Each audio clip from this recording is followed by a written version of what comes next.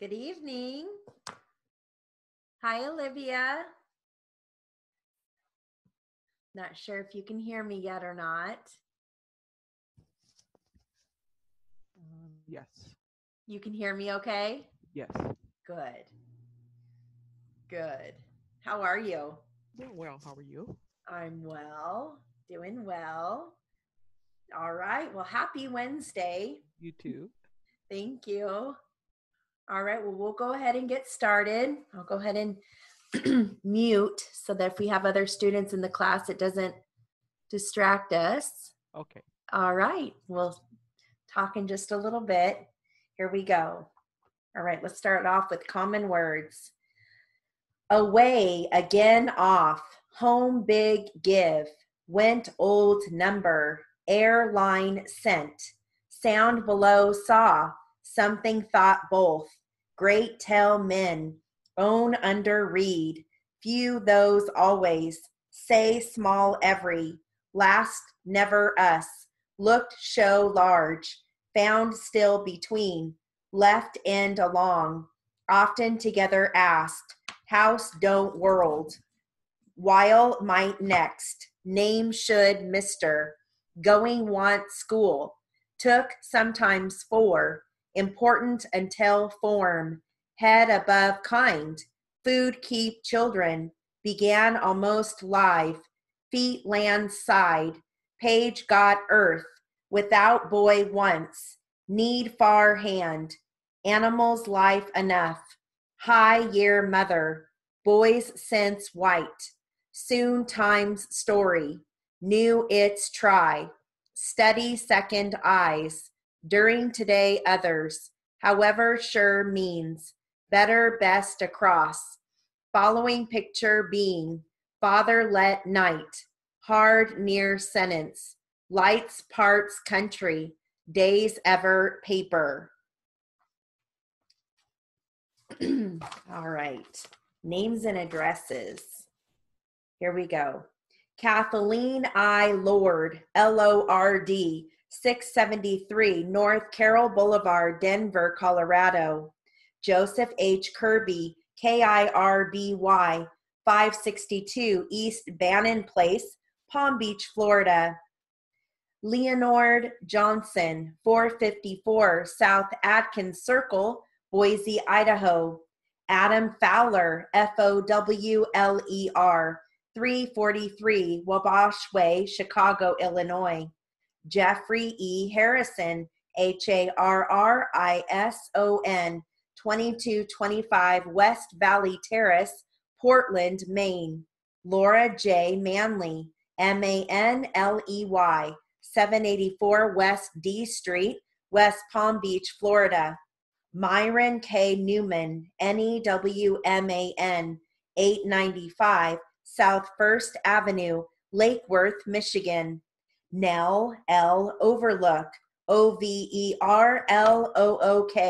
9106 Dolphin Lane, Pompano Beach, Georgia. Opal M. Prince, Prince, 7100 Eastview Drive, Delray Beach, Maine. Quincy O. Richardson, Richardson, 9312 West Grant Avenue, Reno, Nevada. Paul N. Quinton, Quenton, 8211 North Furman Court, San Pedro, California. River P. Sutton, Sutton, 3139 Hale Drive, Lake Worth, Minnesota. Samuel I. Thompson, Thompson, 424 South Indian Lane, Tucson, Arizona. Thomas R. Rogers, Rogers, 535 East Jungle Road, Miami, Florida. Roberta S. South, South, 646 North Kawunga Drive, Lantana, Arkansas. Abraham B. Collins, Collins, 192 North Denver Avenue, Denver, Colorado. Shelley C. Drew, Drew, 283 South Edinger Road, Detroit, Michigan. Carrie D. Ellis, ELLIS, 374 East Florence Lane, Portland, Oregon. Daryl E. Flynn, FLYNN, 465 West Gage Circle, Las Vegas, Nevada. Eve A. Barnes, BARNES, 5760 Hanley Street, West Palm Beach, Florida. All right. Let's do some words that are spelled with OO, so we use the AO on our machine. Okay, these are sentences. Here we go. I caught a coon by the brook at noon. Blood came from the root of the tooth that was pulled. I sat on a stool in my room reading a book about snook. The food was served by the pool at noon. The groom was soon to be doomed with a broom. The moon looked beautiful over the babbling brook. I was a fool to let the boom hit me while sailing the sloop. The rookie shot at the crooks with the loot. He was too pooped to spook the children. It took her 10 minutes to shampoo her poodle. The crook took off through the door like a cook. The poor boy was sent to his room until noon. The girl looked pooped from cooking all day in the sloop. My mother broke her foot down by the brook in a loop. The book told how to pull a loose tooth in a booth. The baby took his spoon and threw it across the room. After swimming in the pool until noon, I needed a shampoo. The food and the room were poor for the money. I have a blouse with a hood, a crooked neck, and it's cool. The wooden room shook from the caboose on the crooked track. All right. Now, these are going to be initial consonants, SH. Here we go. The shirt maker shortened the shoulders and the shirt tail. Sherry shampoos her sheep dog every week. The shanty shook because of the shoddy workmanship. The shamrock was sheltered in the showroom. She shouted shucks for the sheer fun of it. Shiftless sharks shudder and shake. The shyster had a sharp, shrewd mind. Seashells are sold by the seashore. This is a show place with ships and shipyards. The short story should help us shed the shackles of boredom. Shear the sheep and put the fleece in the shed. The man shuddered when the surgeon removed shard from his shins. The shepherd suffered from shell shock. Shiftless people are often guilty of shilly-shallying. He swung the shyster and shattered the shelves. The sharecropper was also a shareholder and a sharpshooter. The shuttlecock hit his shoulder and he said shucks. He shoved his foot in the shoe with a shoehorn. It's hard to get any shut-eye during the Shrovetide. Should I show him how to shovel the snow? All right, let's do some common phrases. You're going to phrase as much as possible. Here you go. Where will, where were, where would, where you are, where you believe, where you believed, where you can, where you cannot, where you could, where you feel, where you felt, where you had, where you have been, where you have had, where you know, where you recall, where you recalled, where you recollect, where you recollected, where you remember, where you remembered, where you say, where you shall, where you should, where you understand, where you want, where you wanted, where you will, where you were, where you would, whether every, whether he believed, whether he believes, whether he can, whether he cannot, whether he could, whether he ever, whether he feels, whether he felt, whether he had, whether he happened, whether he is, whether he knows, whether he recalled, whether he recalls, whether he recollected, whether he recollects, whether he remembered. Hi, Catherine. All right. I pulled, this is for you, Catherine. I pulled a drill. It focuses on this, that, these, those. Okay? I know that was one of the things that was getting, or it was challenging for you. And I'm still looking for the in, the, on, the, to, the. So we'll do that on Friday. But today we will focus on this one, okay? So here, we're talking to Olivia the other day about how it's always the little words that get us, not the big words. Yeah. Okay, here we go. Ready? These bags, that ball, this foot, that room, those days, this horse, this train, these chores, those stores. Push that, those flames, take these. Those girls, frame these, hold that. See those, this chair, hit these.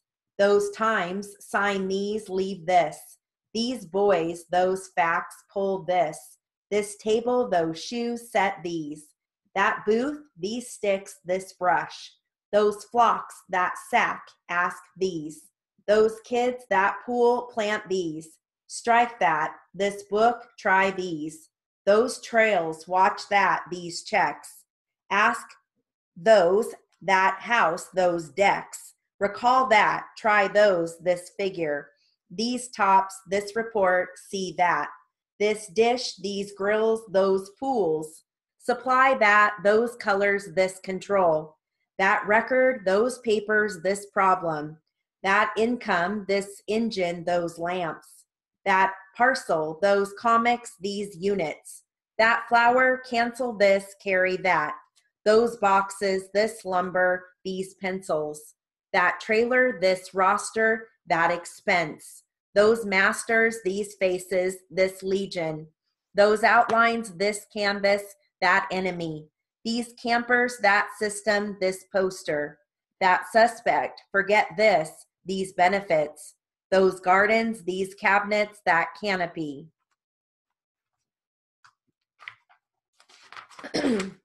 All right, now here is another great drill on where, when, and whether. Okay, another important drill. Again, it's always the little words that get us. All right, here you go. Where is the car key? When was the dog lost? Do you know whether I can? Leave when the time comes. I don't know whether you can. Move where the sun shines. Tell us whether the case was dismissed. When and where will the party be held? Where it will be depends on whether it rains. When will you know whether he can go? It is a question of whether the advice is good. When did you check on whether the train arrived? Tell me whether or not you will go. I will call when I get there. Where were you yesterday? When is it possible to see whether the mail is here? The question is not whether you want to, but where and when. When did you check to see whether the credit was given?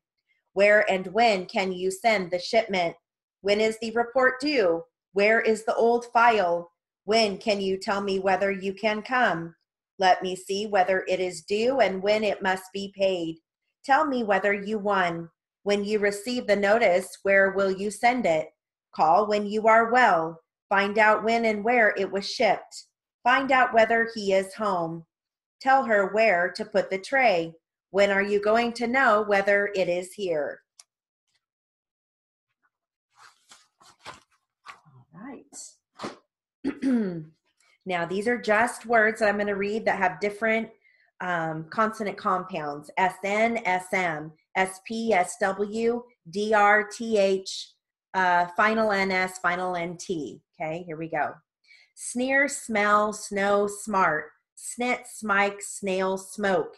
Snack, smack, snare, small. Snag, smile, sneeze, smock. Snoop, smear, snooze, smog. Snot, smooth, snore, smug. Spot, swell, spare, swim. Spit, swat, spat, swipe. Span, swear, sweet, spore. Spoon, sweat, spills, swan. Spike, swap, spade, sweep. Space, swag, spate, swore. Drag, thud, drum, thin. droll, then, dream, thought, drain, thug, dress, thaw, drip, them, drill, theft, drop, thick, drape, thatch, drool, thigh, drab, thus, dense, runt, sense, shunt, fence, punt, lance, rant, bounce, bunt, trance, taunt, stance, hunt, pounce, went, ounce, tent, flounce, pent, chance, vent, dance, aunt. All right.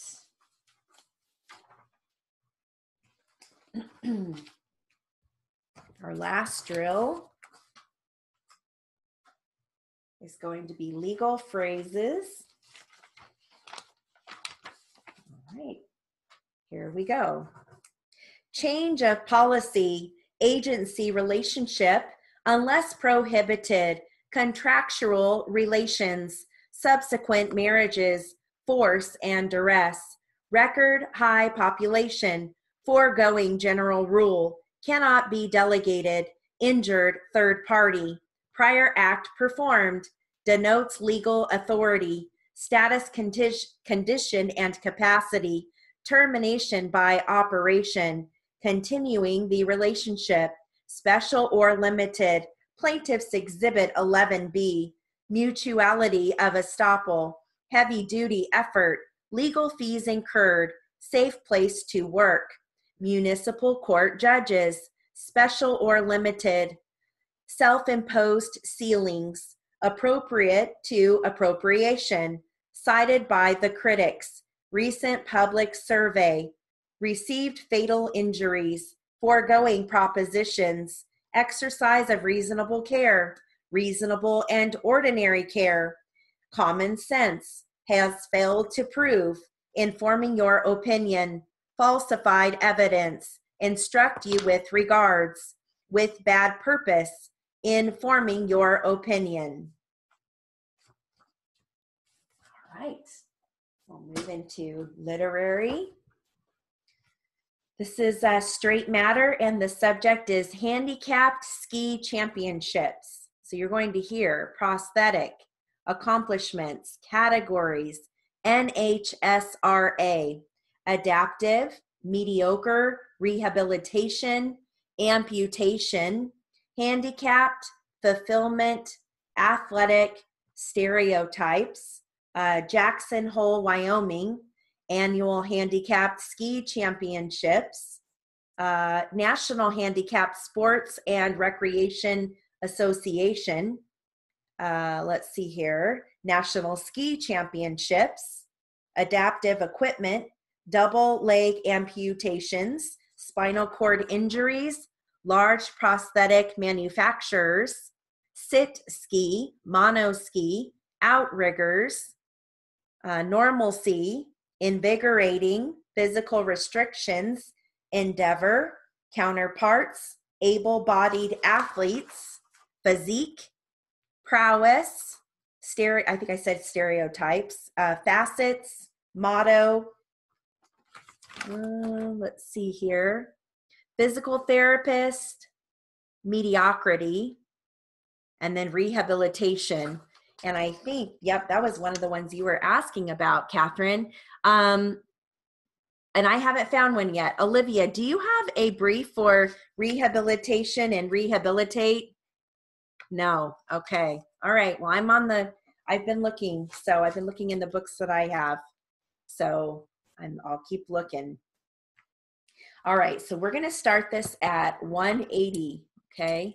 And I will work my way to I've got two of these. So I'll work my way on this one at 200. Okay. And then the next one we'll start at 200 and work our way to 225. Here we go. Over 140 competitors from around the nation gathered in Jackson Hole, Wyoming for the 15th annual Handicapped Ski Championships. The organization that sponsors the national championships is the National Handicapped Sports and Recreation Association. This group has been the driving force behind the rapid growth of competitive sports for handicapped persons. It has been especially active in the winter sports, with summer sports and recreational activities rising and is now branching out to work with handicapped persons in the area of physical fitness. Admittedly, the high point for NHSRA sponsored competitive programs is still the National Ski Championships. Physically deficient men and women now participate in the handicapped skiing competition in 3 types of events, depending upon one's disability. The largest category is stand-up skiing, but there are also blind skiers and sit-down skiers. Adaptive equipment has been developed which permits the persons with single or double leg amputations, spinal cord injuries, and many other types of physical disabilities not only to ski, but to do it with grace, skill, and speed. Outriggers placed at the ends of the ski poles allow persons with impairments to ski. A monoski is used by those who have lost both arms and a leg, and a sit ski has been developed for persons in wheelchairs. Fierce competition continues to force improvements in the equipment used by the handicapped skiers. Both individual designers and large prosthetic manufacturers have become very active in producing equipment for this growing market. The result of all of this competition is more and better adaptive equipment for disabled people, both on and off the slopes. Skiers compete in categories determined by the type of disability they may have and the type of adaptive equipment they use. There are over 10 such categories. When asked why they do it, handicapped skiers talk about the freedom of movement and sense of grace they feel when skiing. They enjoy this invigorating release comparing it to a sense of normalcy. The challenge of competition is another motive. Expanding the desire and ability by developing a competitive sport is even more important to the handicapped, since their daily lives are usually governed by physical restrictions. In order to produce good mental health, a handicapped individual needs the discipline of achieving a physical endeavor. There is no greater source of satisfaction than knowing you've achieved a high degree of excellence with a competitive and personal challenge. Most handicapped athletes function on a day-to-day basis, much like their normal counterparts. Comparable to able-bodied athletes, they enjoy the lifestyle and are encouraged by the challenge to take pride in their accomplishments. No one can ski to inspire others, although there may be able-bodied people who are inspired by the handicapped. Changes with negative stereotypes concerning the abilities of the handicapped are desirable, but that isn't why the handicapped strive to achieve at sports. They achieve because they want to be the very best that they can be, and being an excellent skier is an important personal goal. With many of these outstanding athletes, you get the feeling that even though their bodies are impaired to some degree, they are very much in tune with their physique. To them, physical prowess is a particularly refined source of personal fulfillment. They have redefined what it means to be athletes and what it means to be a person with a disability. Handicapped athletes are creating very acceptable ways for disabled people to come to grips with their own physical being. Participating in sports gives them the self-confidence which extends into many different facets of life. It is a well-known fact that if you are successful in one phase of life, many other problems the handicapped must face will become that much easier to accept and to overcome. This is especially important for disabled individuals. The motto of NHSRA is, if I can do this, I can do anything. Skiing or any other sport can be an important challenge early in rehabilitation and become part of the motto. Historically, it has worked that way for many. All too often, the most mediocre methods of rehabilitation are presented and urged on the handicapped. Each small achievement is received with amazement by physical therapists. This is demeaning, and handicapped competition is rejecting everything but the highest degree of excellence that participants can achieve. Excellence is the key to handicapped sports and should be studied by all the disabled community. Mediocrity is no longer acceptable. The motto of NHSRA could as well be, because I strive to do my best, I am free to be myself.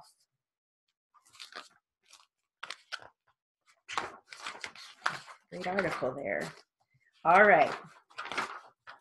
I have one more for you. Let's see, hold on 1 second. I lost my spot on this one.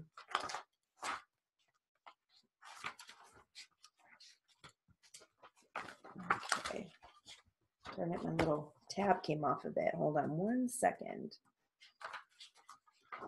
Here it is. All right, so this is on Tax Reform Act.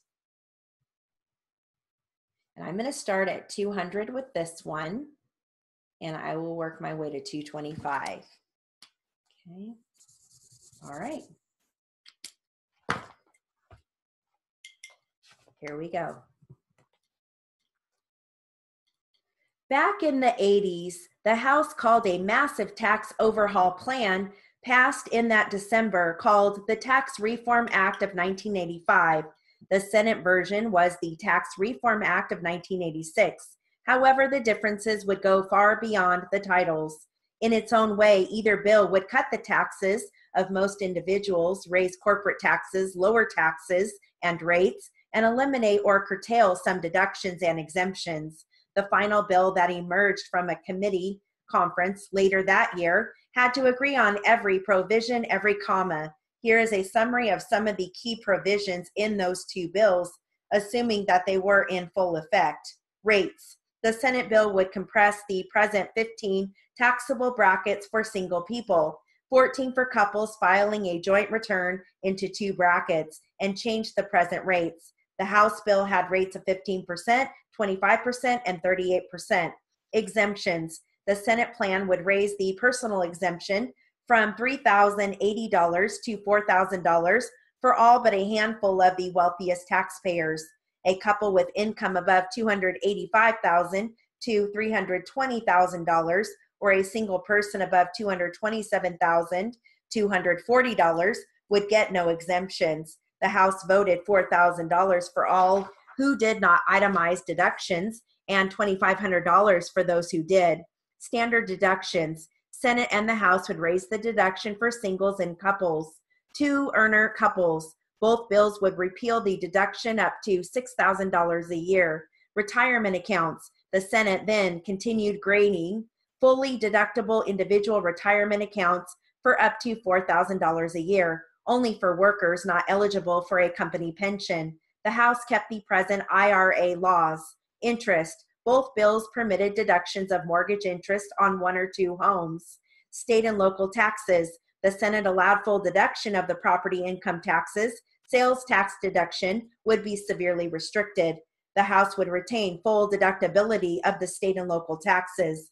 Miscellaneous deductions, including union dues and other employee business expenses, return preparation fees, and job-related publications would be repealed in the Senate bill. The House would allow the deductions only of the portion that exceeded 1% of the adjusted gross income. Medical expenses. The Senate allowed deductions only of a portion exceeding about 9% of adjusted gross income. The House kept the present 5% threshold. Fringe benefits. Both bills would keep the full tax exemption. Earned income credit.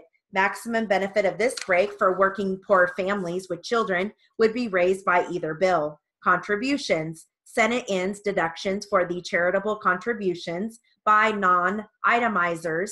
The House permitted deductions of all of the above, $200 a year. Child care. Both bills retained the job-related child care credits. Unemployment compensation. Both would tax fully. Capital gains. Senate repealed the exemption, resulting in top rate of 27%.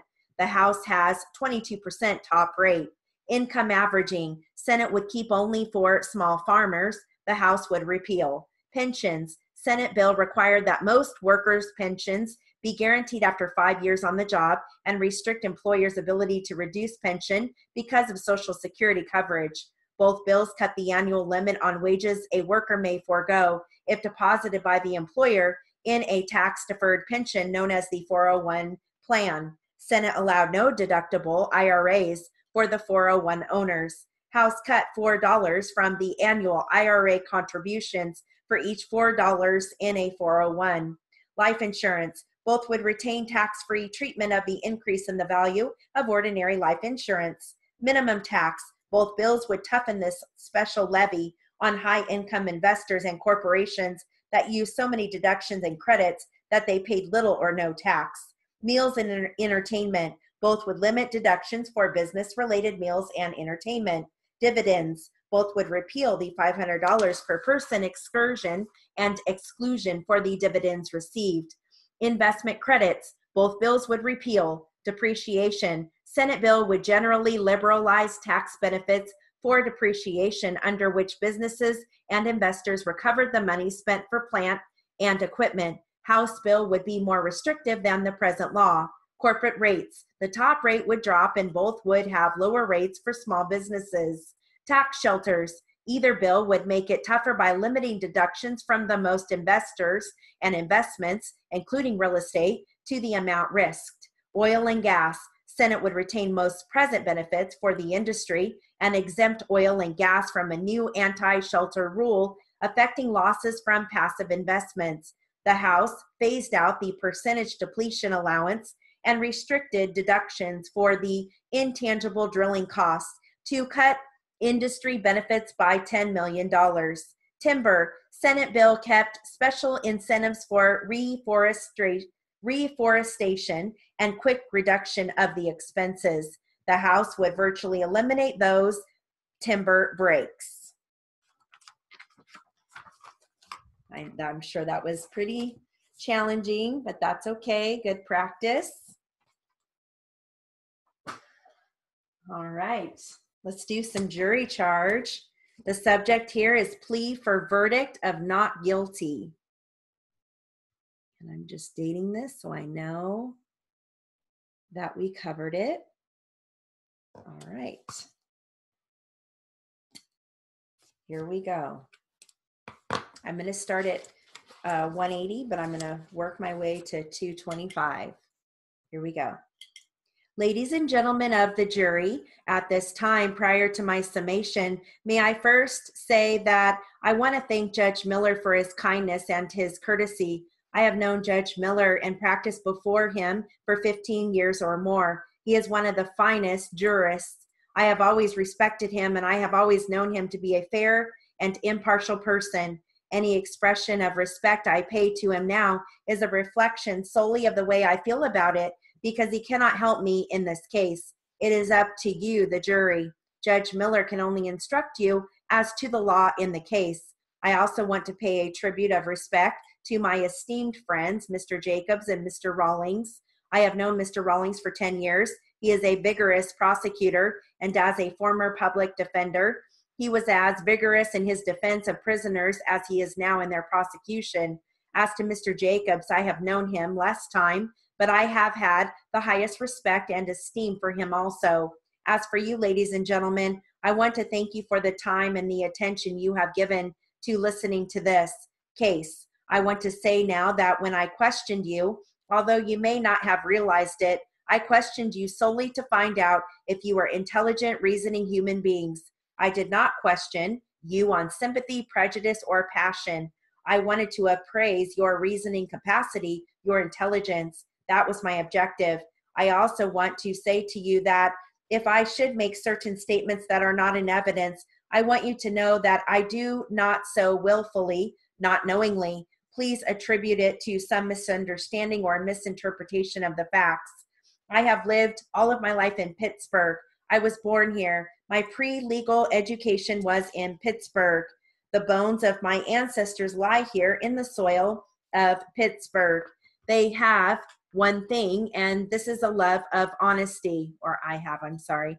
I yield to no man my passion for honesty and decency, and I hope to pass it on to my son and to my 2 grandsons, so that if I say anything that is not in accord with the evidence, please do not attribute it to any of the unworthy motives.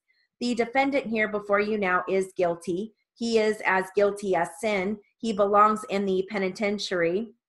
I yield to no man in my respect to lawfulness, nor do I yield to any man in my abhorrence of violence. A violent crime has been committed, and this man belongs in the penitentiary. I am not here to try to pull the wool over your eyes. I am not here trying or attempting to smooth out some of the incidents. That man is guilty of a crime. We all know that. He is an accessory to the crime of robbery. Anything I say to you here about finding a verdict of not guilty, I want you to understand, and for that reason, I want to put it to you plainly. This man is guilty of the crime of accessory after the fact of robbery. The penalty is the penitentiary, and that is where he belongs. So when I tell you now to return a verdict of not guilty, it is a verdict of not guilty with the indictment as a principle. You know Jackson did not testify to vindicate the law. Jackson did not testify to preserve the good order of society. You know that he did not do that. In every instance, his testimony was prompted by his honest desire to save himself from the long sentence that he richly deserves. However, if that testimony is not acted upon with the utmost caution, punishment may be taken away from the real culprit. I say to you, ladies and gentlemen, that you have listened to this case very intelligently. The state has given you its theory as to the guilt of the defendant. I have attempted to give you a theory that the defendant is innocent, which you are normally to believe. The judge will give you more instructions on that. Thank you, ladies and gentlemen, for your kind attention. All right. How are we doing on time? Okay, we're doing all right. I'm going to do one more, and this one I'm going to read strictly at 225. Okay. And the subject here is assault and battery, which I write as SAUB. Okay, so let's read this at 225. Here we go. Ladies and gentlemen of the jury, an assault and battery may be defined as any unlawful use of force or violence on the person of another, or the wrongful violence or constraint inflicted on a human being without his consent. The intent to injure is not an essential element of the assault and battery. If the act causing the injury is unlawful, the deliberate hitting or striking of a person is an unlawful act unless it was made in self-defense. If the injury caused is wrongful, then the intent must necessarily be wrongful. Every person is presumed to intend the consequences which show the commission of an unlawful act. The burden of proof in this case rests upon the plaintiff to prove by the greater weight of the evidence that the defendant committed an assault and battery upon the plaintiff by hitting him in the face or on the head. And if you find that the defendant did so hit the plaintiff, then the plaintiff is entitled to recover from the defendant the damages which he has actually sustained by reason of such assault and battery. The defendant claims that the plaintiff assaulted the defendant and used abusive and insulting language which provoked the acts on the part of the defendant. It is the law in this state that mere words or acts not amounting to assault, however gross and abusive or insulting such language is, and even though spoken or performed for the purpose of provoking an assault, are no defense to a civil action for assault and battery. If you find from the evidence in this case that the plaintiff is entitled to recover damages from the defendant, there is one other element of damages in a case of this kind which you have a right to consider. It is claimed by the plaintiff that this assault was willfully and maliciously made. If you find from the evidence that the assault was in fact willfully and maliciously made, then you may find a further sum of damages in favor of the plaintiff, with which the law calls exemplary or punitive damages. The jury is not required to find exemplary or punitive damages in any case, but they may, in their discretion, to do so if they find that the assault was maliciously made, as an injury is regarded as malicious when it is done with malice in the mind of the person who does it, with ill will and wrongful feelings toward that person, that is, an intent or purpose to do that person an injury.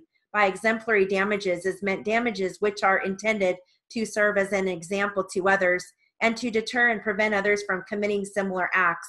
Such damages are also called punitive damages because they serve as a punishment to the party who committed the assault and battery. As stated before, the burden of proof rests upon the plaintiff to prove by the greater weight of the evidence that the defendant did wrongfully assault and beat the plaintiff, as claimed by the plaintiff. If you find from the evidence by the greater weight thereof that the defendant did so assault and strike the plaintiff, then you will find a verdict in favor of the plaintiff in such amount as is fully and fairly compensated to him for the injuries directly flowing from the alleged assault and for all of the damages proximately caused by the defendant's wrongful acts. That is, all of the consequences of the injury, future as well as past, including mental suffering, indignity, disgrace, and mortification arising out of the said assault, and including also pain and suffering, all expenses incurred such as doctor bills, hospital bills, diminished capacity for work, and loss of time from work, and all of the other damages which are the direct proximate result of such wrongful assault. to the actual damages so found, you have the right to add such exemplary or punitive damages as you may deem just and reasonable. If you find that the plaintiff did use abusive and provocative language toward the defendant, then you have the right to consider that in mitigation of exemplary damages. But such abusive language by the plaintiff does not permit you to reduce the damages actually sustained by the plaintiff. Okay, so that was read at 2:25 the whole time. Okay, so we'll do some Q&A.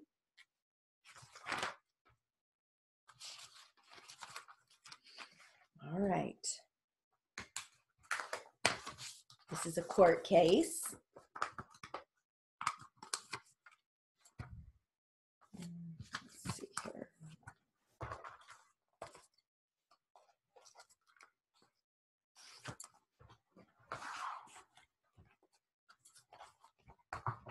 Hold on one second. I think I grabbed the mid speeds instead of high speeds. Here they are.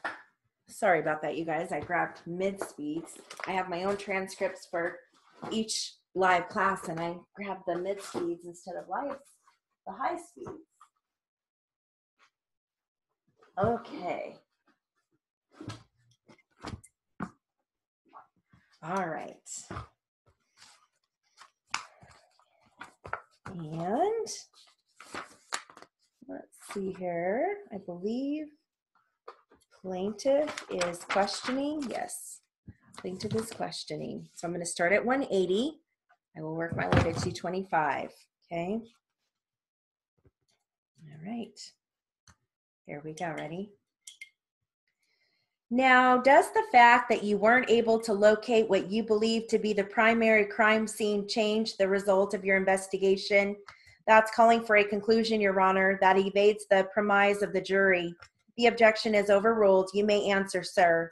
No, not at all. You just go to the next best thing that you have. Okay, is that unusual in the cases that you've investigated or in the way that you've been taught to investigate cases? No, that's not unusual. Okay, and is that Jeep itself or even the weapon that was used in this case critical to determine who it was that killed these two victims? No.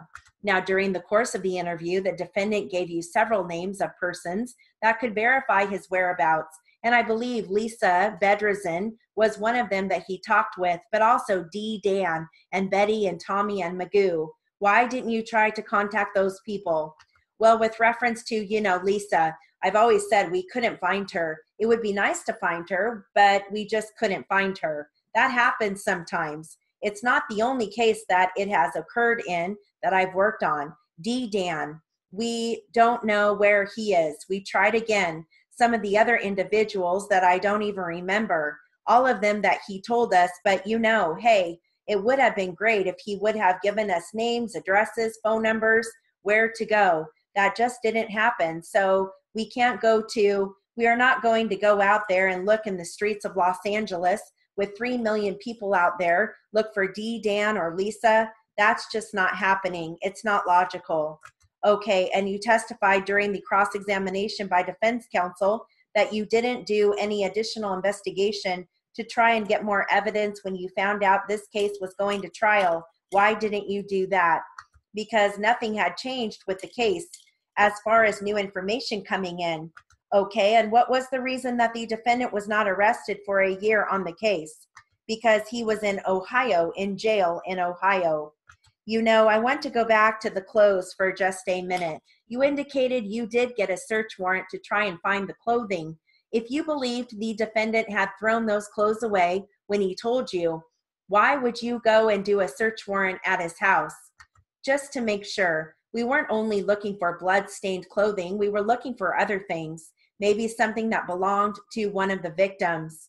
I take it you did not conduct investigations as to the robberies that the defendant indicated that he was involved in? That's correct. Okay, why? Why didn't you investigate these robberies? Because they're in Los Angeles. They're Los Angeles Police Department cases, which I know really nothing about. And they're not going to have a San Bernardino sheriff detective working up a case from Los Angeles. Then what is your reason in going to Los Angeles to check on the cases? Just to verify what Mr. Myers had told me. And did you in fact do that? Yes, I did. So the information that he provided about those robberies was verified? Yes. I want to direct your attention to the diagram that the defendant drew. If the defendant said that he wasn't familiar with the area and that it was dark and he really didn't know where he was at, why would you have him draw that diagram? Are you referring to 27? Yes, Your Honor. Because I felt at the time that he would know the direction of travel when they got off the freeway and the general location of where the bodies were left at. He couldn't very well draw a diagram because he doesn't know the area. That's the purpose why I had to draw in the lines myself without any landmarks or the street names. Okay, and what evidence that you gathered in your investigation matches the diagram as drawn by the defendant in Exhibit 27? The location of the bodies, the general location of the bodies. Thank you very much. I have nothing further. Mr. Bristol, you may inquire, sir. Does the court intend to go through lunch? Why don't we recess at this time? How much more do you have? I'll probably have about 15 or 20 minutes. Let's recess at this time. We'll recess for lunch. Please do not form or express any opinion on this case until it has been submitted to you. We will recess until 1:30. Good afternoon. The record should reflect all jurors are present. The record should also reflect Mr. Abackerley is present on behalf of the people, and Mr. Bristol is also present along with his client, Mr. Myers. Good afternoon. You're still under oath. Mr. Bristol, you may inquire. With reference to the question regarding the efforts to locate Lisa Bedresen, you said that you ran a DMV check on her. My experience has been in the past that when you run a DMV printout, you get a little printout. It says no hits, etc., etc. Did you get such a printout? Yes, I did. Do you have it? No, I don't. You didn't save it? No, I didn't. You saved all of the other reports that you did in this case, is that right? I'm not sure. How about the do you know what a CII is? Yes. What is a CII? That is basically, it's a computer that gives out the information on a person's criminal history. Okay, and if there's been any contact or that's been recorded in the computer by the law enforcement, is that also what it shows? Yes. Did you do a check? I don't remember if we did or not. Okay, well, who would have done one? I don't remember if we did or if anyone did. How about the FBI? I don't remember. Well, my next question would be, if you did those, you would have saved the printouts, wouldn't you? I would have saved them, and had I had the information, had they given me the information, is what I mean, I would have saved that. If you don't get any information, then your procedure is to just throw them away. Yeah, it's always going to be in the computer, so you know, I can't do anything with a piece of paper that doesn't give me a place to go to. So, have you ever had a smart aleck, little, short, chubby attorney asking about CII, FBI, and all of that sort of thing, or tall, skinny, smart alecky attorney? I think so, yes. And so did he say destroy them so that you can just go back and get them if it comes up? Yes. So in this case, then you could go run a DMV and FBI, CII, all of those things on the various people? No. Why couldn't you? On the limited information that I have on the individuals, the computer is only going to give you a limited information. I can give you an example if you'd like. Sure. I can put in the CII computer the moniker name of D-Dan, and if there are any out there, it will show up on the computer, and that's only in San Bernardino County. I can print in a name of, in this case, Lisa Bedresen. I didn't know her age, I didn't know her date of birth, I didn't know her driver's license. Again, I'm going to get limited information, so basically, the more information you have, the better it is when you actually get on the computer and put the information in. Okay, well, D-Dan, you asked Lloyd Grant about D-Dan, didn't you? Yes, I did. And Lloyd Grant indicated that D-Dan, he knew who D-Dan was, didn't he? Yes. Well, then based upon what Lloyd Grant told you, you could have gone and found D-Dan. Did you do that? No, again, I don't even think Lloyd Grant knew his true name. So therefore, again, I was kind of stuck as to it limited me on where I could go to find him. Didn't Lloyd tell you he grew up with Danny and went to school with him and things? I think he said, yeah, he did make a comment like that. And didn't he tell you about the general neighborhood that you might find him in? Yes. Did you go to that general neighborhood and look for him? We were in the neighborhood, but no, we didn't look for him. You said when you discovered that this case was coming to trial that you hadn't received any new information. Therefore, you didn't do anything in order to get new information, generate new information. Don't you have to do something? You've got to be investigating to get new information, don't you? Sometimes you can generate new information that way, yes. But if you don't do anything, you're certainly not going to get any information, generally speaking, would you? Well, I had some limitations on me that I could not do that. Okay, I have no further questions. Thank you, Mr. Bristol. Mr. Abackerley, nothing further, Your Honor. All right, Detective Gonzalez, you may stand down, subject to possible recall by either side. Thank you very much. Mr. Abackerley, Your Honor, I have no further witnesses in this case. You rest subject to discussions of the exhibits that are introduced into evidence. I do, Your Honor. Thank you. Ladies and gentlemen, you've heard the evidence that's going to be presented in the people's case in chief. And at this time, we will turn to the defense and then see if they intend to call any witnesses. Mr. Bristol, we do intend to call witnesses. I would request about a 15-minute recess, and I will be prepared to go.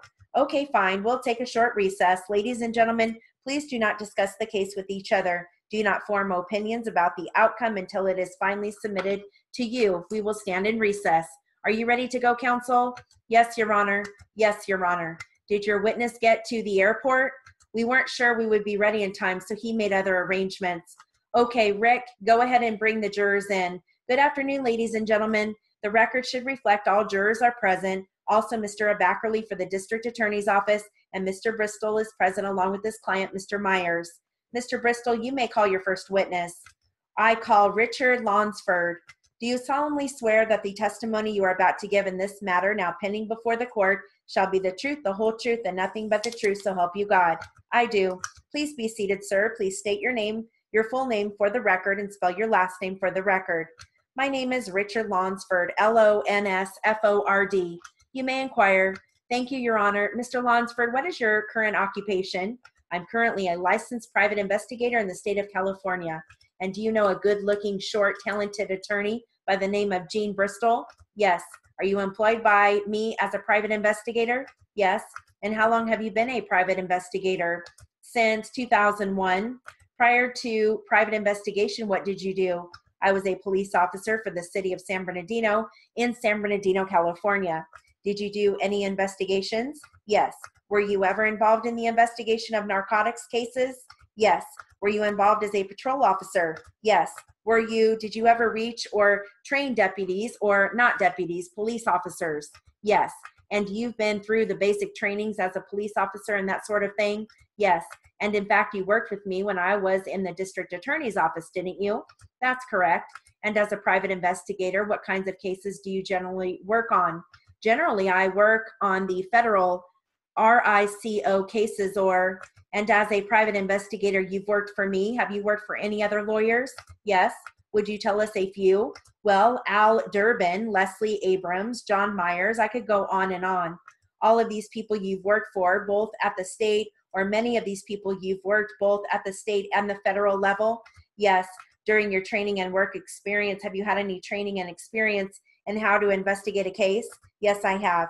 If you were given a name, let's just say a nickname of D. Dan, okay, for instance, and you were told to locate the person, you didn't have a last name, you didn't have anything else, just the name. Could you locate that person? Or let me put it this way, could you make efforts to locate that person? Yes. What efforts would you go through to locate the person? Well, in doing it from a law enforcement point of view, you can run the name D. Dan through the computers under the moniker file name. If you know the area that the man is from, for instance, if it's Los Angeles County, you could talk to the Los Angeles County Sheriff's Department or the police department. Both have extremely large moniker files. Let's stop right there. All right, what is a moniker? Also known as, it's when you've got a street name that somebody may be going under and no one might know what the real name is. Okay, and how else might you get it? The other way that most of the court systems are set up is where warrants have been entered under a name, the moniker. There's also been filings where there is known allies or a moniker name. They also have the court cases filed under the name of a moniker.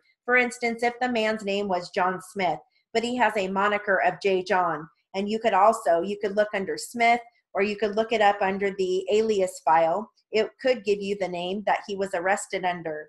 Supposing you had more than you did that. You came up with, strike that. Have you ever done that? Yes, many times.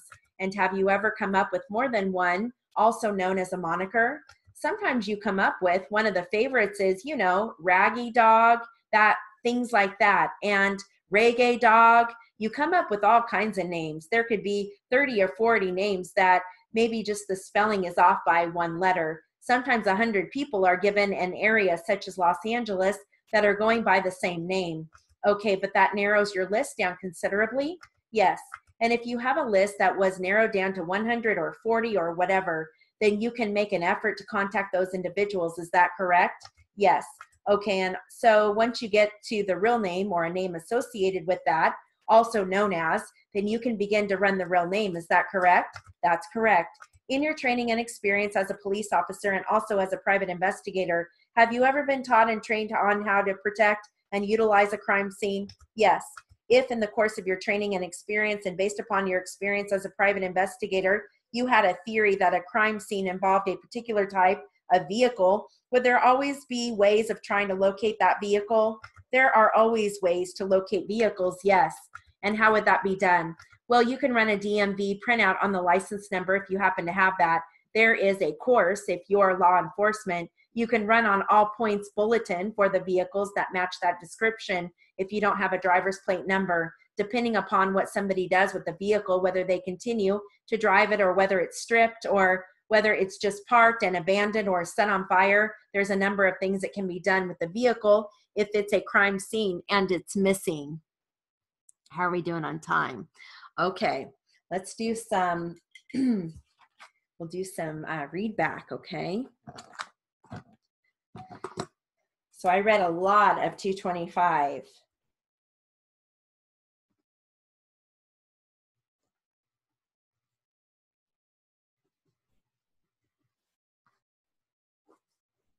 All right.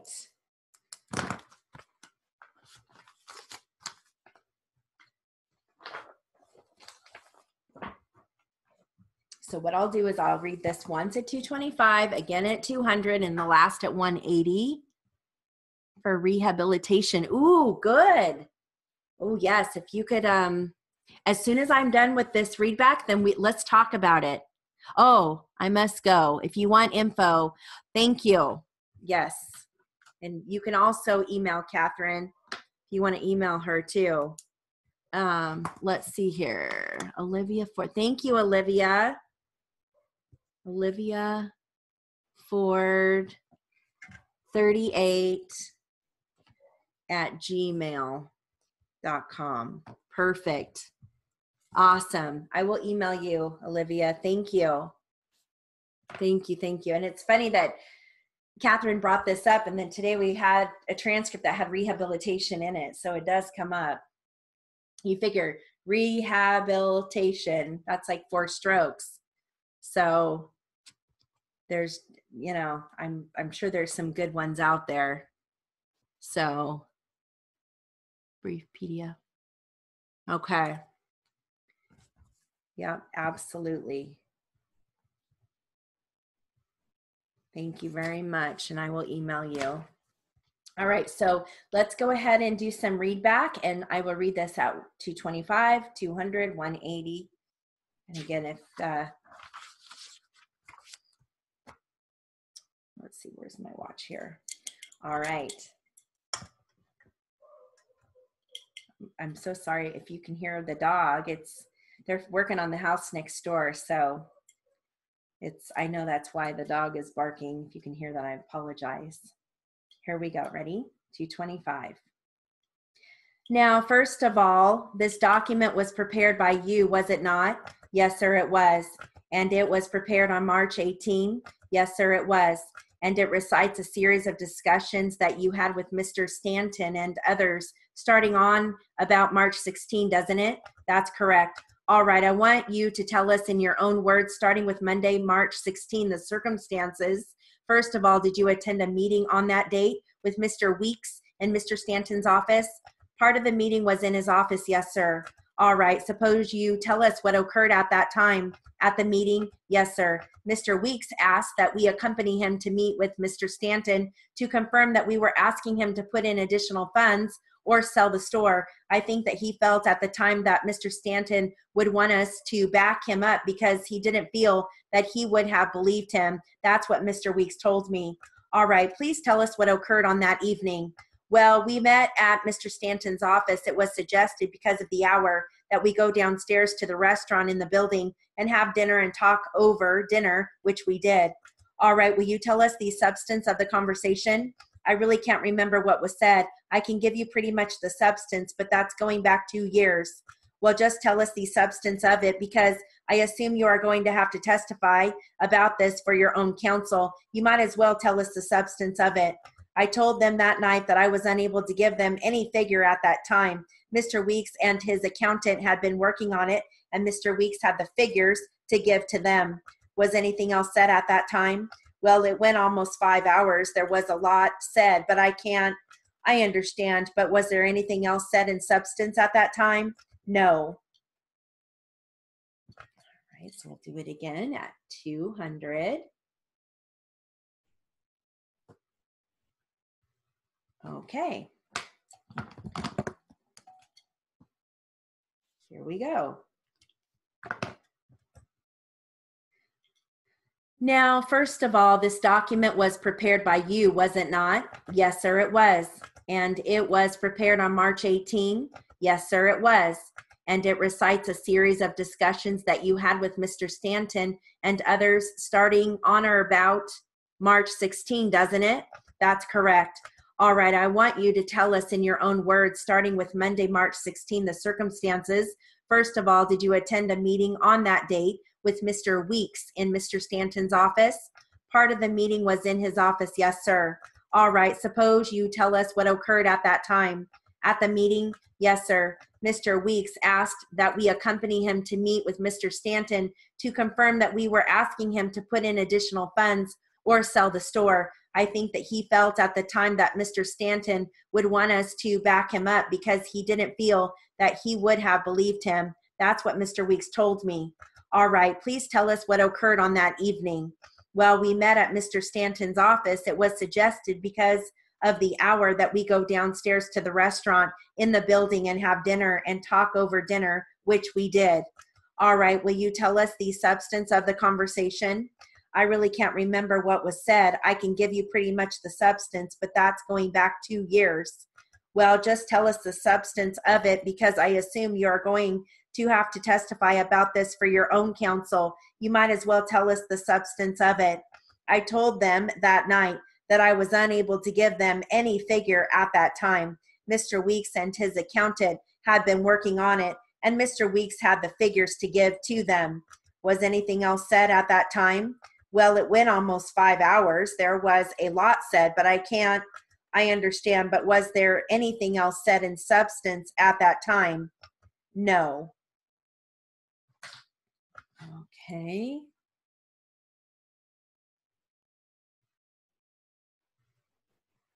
All right. I added a word, so I just wrote it in. Okay, let's do one last time at 180. Here we go. Now, first of all, this document was prepared by you, was it not? Yes, sir, it was. And it was prepared on March 18. Yes, sir, it was. And it recites a series of discussions that you had with Mr. Stanton and others starting on about March 16, doesn't it? That's correct. All right, I want you to tell us in your own words, starting with Monday, March 16, the circumstances. First of all, did you attend a meeting on that date with Mr. Weeks in Mr. Stanton's office? Part of the meeting was in his office. Yes, sir. All right, suppose you tell us what occurred at that time. At the meeting? Yes, sir. Mr. Weeks asked that we accompany him to meet with Mr. Stanton to confirm that we were asking him to put in additional funds or sell the store. I think that he felt at the time that Mr. Stanton would want us to back him up because he didn't feel that he would have believed him.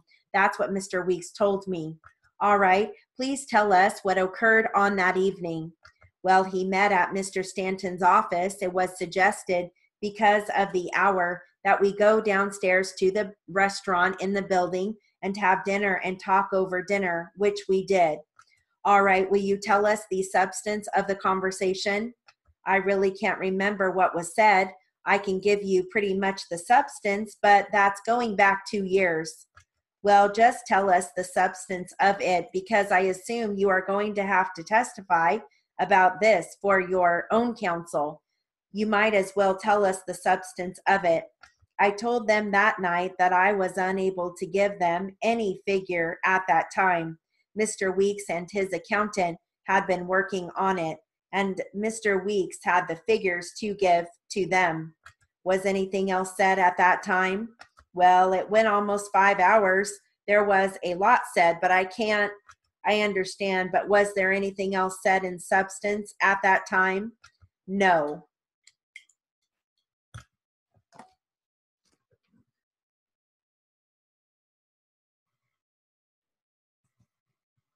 Okay, so your aunt shortens it to, instead of rehabilitate, she just does rehab-tate.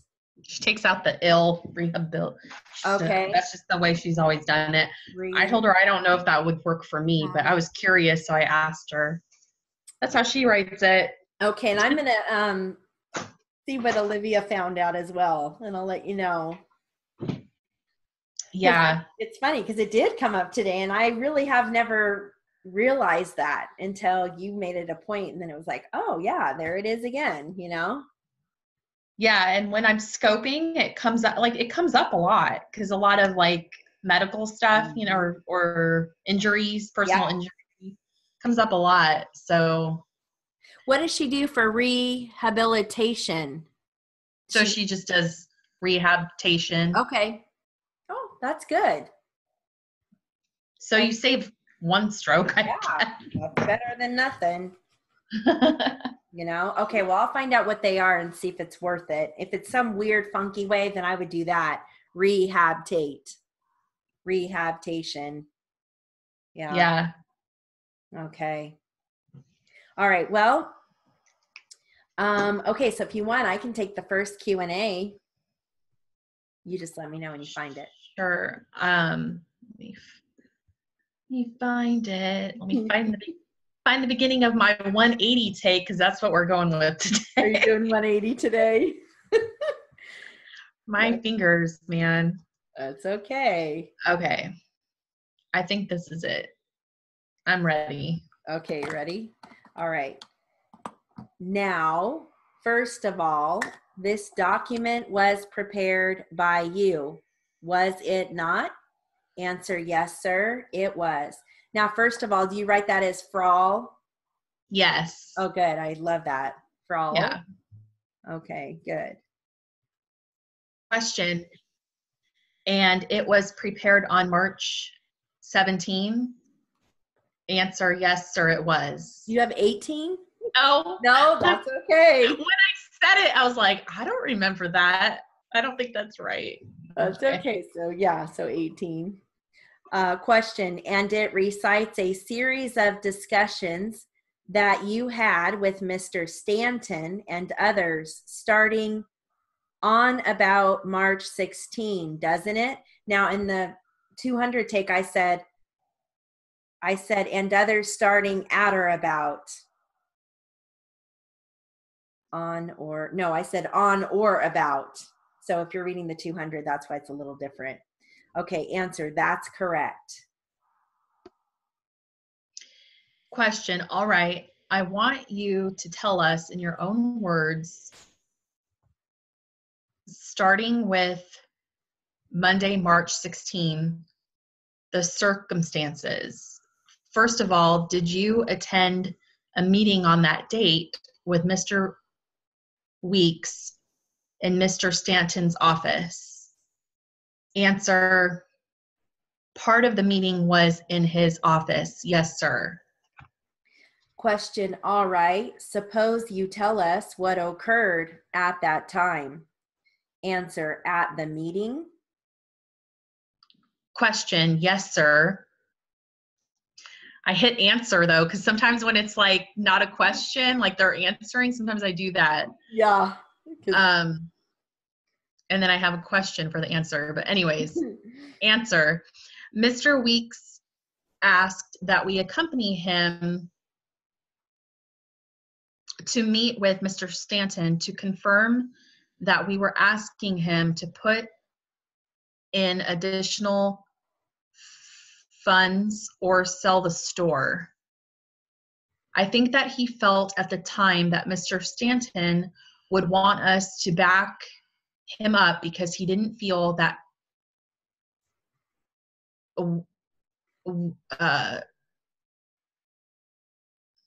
he would have believed him. Is that right? Or is it we? Yeah, no, that he would have believed him. Yep. That he would have believed him. That's what Mr. Weeks told me. Perfect. All right. Please tell us what occurred on that evening. Answer. Well, we met at Mr. Stanton's office. It was suggested because of the hour that we go downstairs to the restaurant in the building and have dinner and talk over dinner, which we did. Question. All right. Will you tell us the substance of the conversation? Answer. I really can't recall what was said. Oh, do you have remember? No. We can't remember. That's okay. I misstroked on that one. Okay. Okay. I can give you pretty much the substance, but that's going back 2 years. Question. Well, just tell us the substance of it, because I assume you are going to have to testify about this for your own counsel. You might as well tell us the substance of it. Answer. I told them that night that I was unable to give them any figure at that time. Mr. Weeks and his accountant had been working on it, and Mr. Weeks had the figures to give to them. Question. Was anything else said at that time?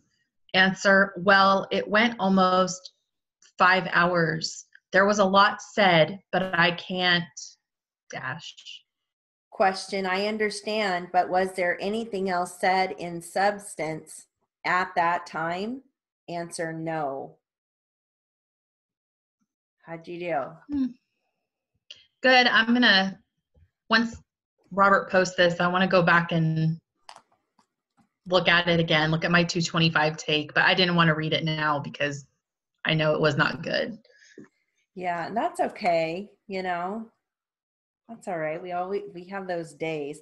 It was funny because the very last answers on the next page, I usually only read one page for readback. So Friday, I'll read the second page of this. And so I made up the answer because it cuts off after the question.